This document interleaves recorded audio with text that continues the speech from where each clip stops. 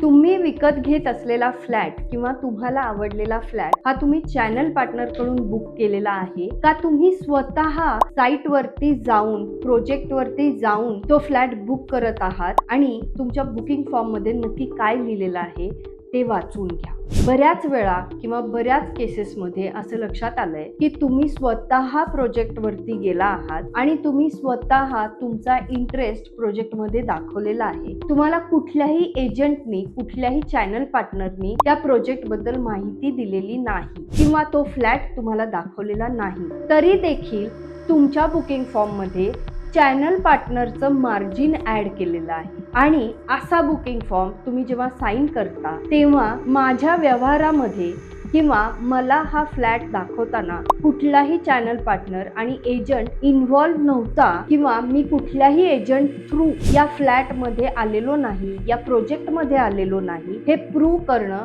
अतिशय अवघड होतं। म्हणून तुम्ही जेव्हा स्वतः प्रोजेक्ट बघायला गेला आहात, तुम्हाला कुठल्याही एजंट चॅनल पार्टनर किंवा कुणाकडूनही कळालेलं नाही आणि तुम्हाला कुणीही त्या प्रोजेक्ट मध्ये घेऊन गेलेलं नाहीये, अशा वेळेस हा फ्लॅट कुठल्याही एजंट थ्रू बुक झालेला नसतो। त्याच्यामध्ये कुठल्याही एजंटचं चॅनल पार्टनरचं मार्जिन इन्व्हॉल्व नसतं, पर्सेंटेज इन्व्हॉल्व नसतं आणि हे पर्सेंटेज जर का तुमच्या बुकिंग फॉर्म मध्ये लिहिलेलं आढळलं तर ते शेवटी तुम्हाला भरावंच लागतं। म्हणून फ्लॅट बुक करत असताना, बुकिंग फॉर्म साईन करत असताना तो बुकिंग फॉर्म कुठल्या एजंटचा नाहीये ना, त्याच्यामध्ये कुठल्या चॅनल पार्टनरचं नाव लिहिलेलं नाहीये ना, हे माहिती करून घ्या। हे बघून मगच बुकिंग फॉर्म वरती साईन करा।